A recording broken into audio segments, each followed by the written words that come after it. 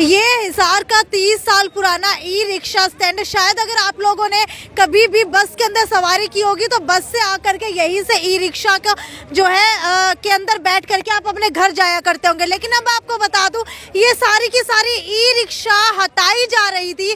जी हाँ, ये सारी की सारी ई रिक्शा हटाने के लिए यहाँ पर अधिकारी पहुँच गए थे। लेकिन आप ये जो चेहरे देख पा रहे हैं ई रिक्शा चालकों के, ये कहीं ना कहीं मायूस हो चुके हैं, क्योंकि यहाँ पर 30 सालों से अपनी रोजी रोटी चला रहे हैं ई रिक्शा लगा करके। लेकिन अचानक से 30 सालों बाद इनके इस ई रिक्शा की रोजी रोटी के ऊपर जो है तलवार चलने वाली है। पूछ लेते हैं कि क्या कुछ मामला हुआ था।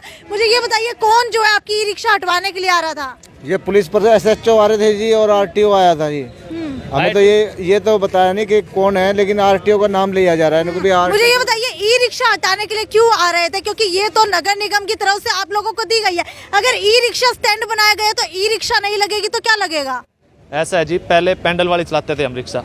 ये हमारा सरकार के आदेश अनुसार बना था पैंडल वाली। फिर पैंडल चलने के ये बंद हो गई। फिर आ गई ये ई रिक्शा। ये ई रिक्शा में हम सवारी उठाते हैं, 2 उठाते हैं, फिर चल जाते हैं, 3 उठाते हैं। और तो ये भर भर के लेके जाते हैं। तो ये बस वाले ना, जो नगर निगम वाले, इनके हालांकि परमिट भी रद्द हो रहे हैं, फिर भी ये चला रहे हैं। ये भर नहीं रहे आगे से। ये कहते हैं हमारी सवारी लेके जाते हैं आप। इनके हमारे से लाग डाट है जी। हम ये कहना चाहते हैं, ये स्टैंड नहीं है, ये हमारा घर है। हमारे घर से कोई निकालेगा, हमको कुछ बताओ क्यों निकाल रहे हो? ये बता भी नहीं रहे भाई क्यों निकाल रहे हैं आपको। आते हैं डंडा दिखा के बाहर चलो, बाहर चलो। कौन डंडा दिखाता है? ये पुलिस वाला आया था जी सवेरे। अच्छा, उसके साथ कितने पुलिस वाले आए थे? 3 थे, वो गाड़ी में बैठे थे। उन्होंने कहा बाहर चलो। हमने पूछा बताओ किस बेस पे निकाल रहे हो आप हमारे को, हमारे घर से? तो वो बोले नहीं अब यहाँ नहीं लगेगा, बाहर चलो। पीछे से आदेश आए हमारे पास, मतलब कोई लिखित में दो। उन्होंने चलो हम हमारे सर से बात करेंगे। वो ये कह के चले गए। फिर हमने जबरदस्ती हमारी गाड़ी अंदर लगा ली। अगर हमारे को हमारे घर से निकालेगा तो हम निकलेंगे नहीं, जान दे देंगे चाहे कुछ भी हो। लगभग कितने सालों से यहाँ पे ई रिक्शा लगा रहे हो? 30 साल से लगा रहे हैं जी। 30 साल। कितने साल की हो चुके हो आप? हम 60 साल के हो गए। 60 साल की हो गई, यानी कि 30 साल के अंदर लगानी शुरू की और जो है अब लगभग 60 साल के आप हो चुके हैं। 30 साल से ये लगा रहे हो।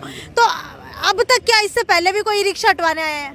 पहले किसी ने नहीं हटवाई। अच्छा, पहले किसी ने हटवाई। ये भाजपा की सरकार आई, अभी ऑप्शन उठने लगे हैं। ये सामने की तरफ सिटी बसें आप लोग देख पा रहे हैं कि सामने की तरफ सिटी बसें लगी हुई है।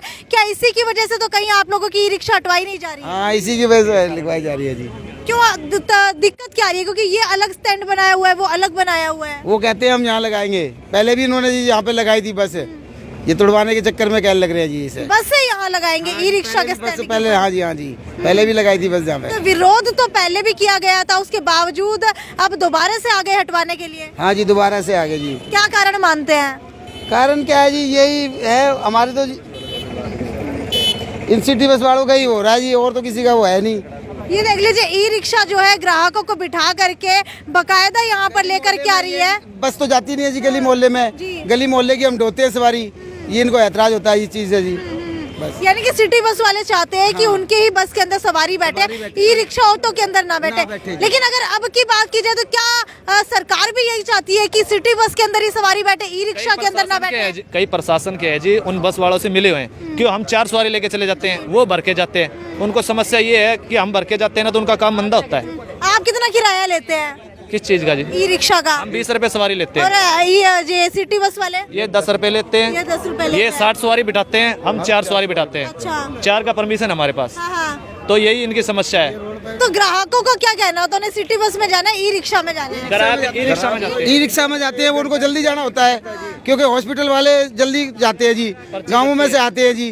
तो वो ई रिक्शा में बैठते हैं, वो चल पड़ते हैं। हम 1 मिल जाओ, 2 मिल जाओ, 3 मिल जाओ सवारी, वो कहते हैं बेटे जल्दी चल, तो हम जल्दी चले जाते हैं। 20-30 में भी हम चले जाते हैं। वो तो पूरी गाड़ी भर के लेके जाता है, तो इसीलिए उनके लिए प्रॉब्लम हो रही है जी। इसके अलावा कहाँ पर ई रिक्शा लगती है? अगर बाहर बस स्टैंड से निकले तो कितनी दूर पे जा करके ई रिक्शा मिलेगी? कहीं पे भी नहीं लगती जी, पार लगाने नहीं लगते पुलिस। यानी कि प्रशासन जो है साफ तौर के ऊपर अपना जो है काम निकाल रहा है। अगर यहाँ से ई रिक्शा हटा दी गई तो बस के अंदर किराया उन्हें मिलने लगेगा। हाँ जी, बिल्कुल यही बात है, किराया मिलने लगेगा। लोगों को प्रॉब्लम हो तो हो, उनको इस बात से कोई ऐतराज नहीं है। लोगों के लिए लेट हो रहे तो हो जाए चाहे बेशक। अच्छा, टाइमिंग क्या रहती है सिटी बस की? सिटी बस की जी टाइमिंग का तो पता नहीं जी पूरा जी।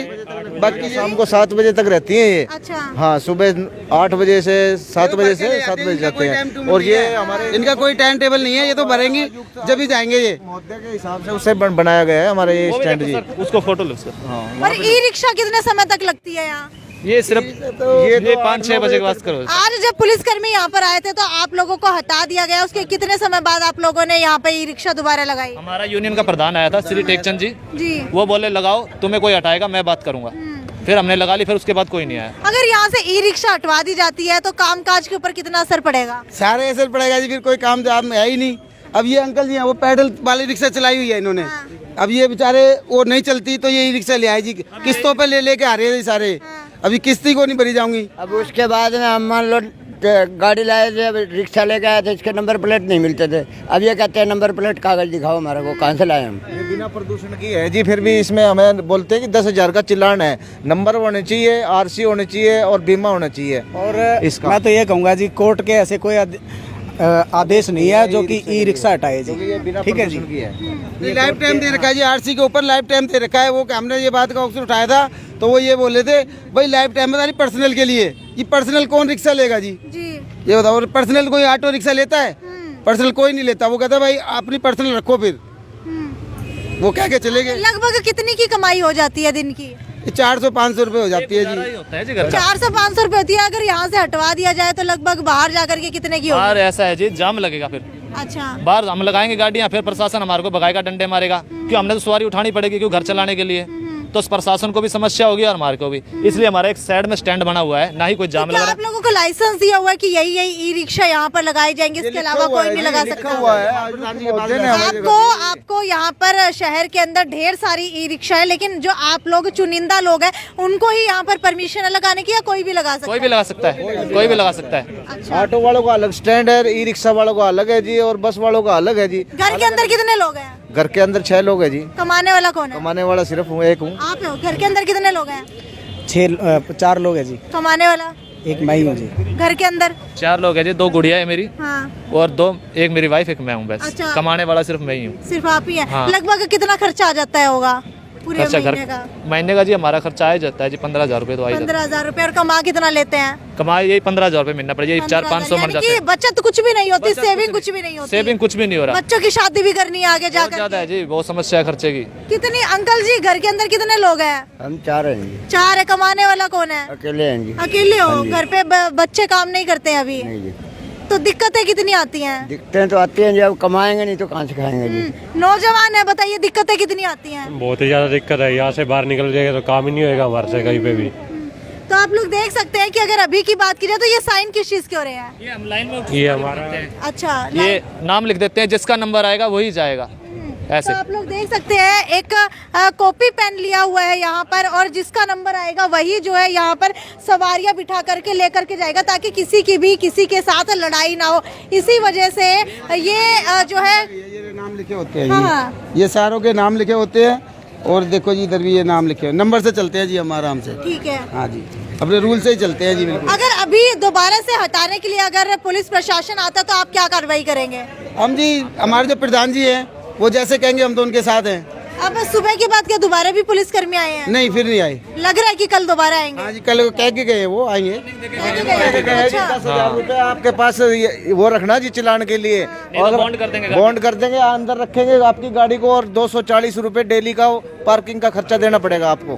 तो ये थे मध्यम वर्गीय ऑटो रिक्शा चालक जो सिर्फ अपनी ई रिक्शा चला करके अपने पूरे दिन का खर्चा जो है वो वहन करते हैं। लेकिन अगर अब की बात की जाए तो अब आपको बता देते हैं, हिसार के निगमायुक्त की तरफ से हिसार के बस स्टैंड के ऊपर ई रिक्शा स्टैंड जरूर बनाया गया है, लेकिन ई रिक्शा खड़ी करने के लिए मना कर दिया गया। लेकिन अब देखने वाली बात यह कि आज जो है कहीं ना कहीं कुछ समय बाद ई रिक्शा चलाने की परमिशन मिल गई, क्योंकि प्रधान जो है ऑटो चालकों के, उन्होंने आकर के इस पूरे मामले को देखा, सुनवाई की। और जो है अब देखने वाली बात यह कि कल जो है इस मामले के अंदर क्या कुछ होने वाला है, क्योंकि अगर बात की जाए गाड़ी लिए हुए है नहीं, और 2024 तक का वो है RTO का ऑफिस का सारा कुछ है, रोड टैक्स वगैरह, तब भी हमें नई गाड़ियाँ को भगा रहे हैं।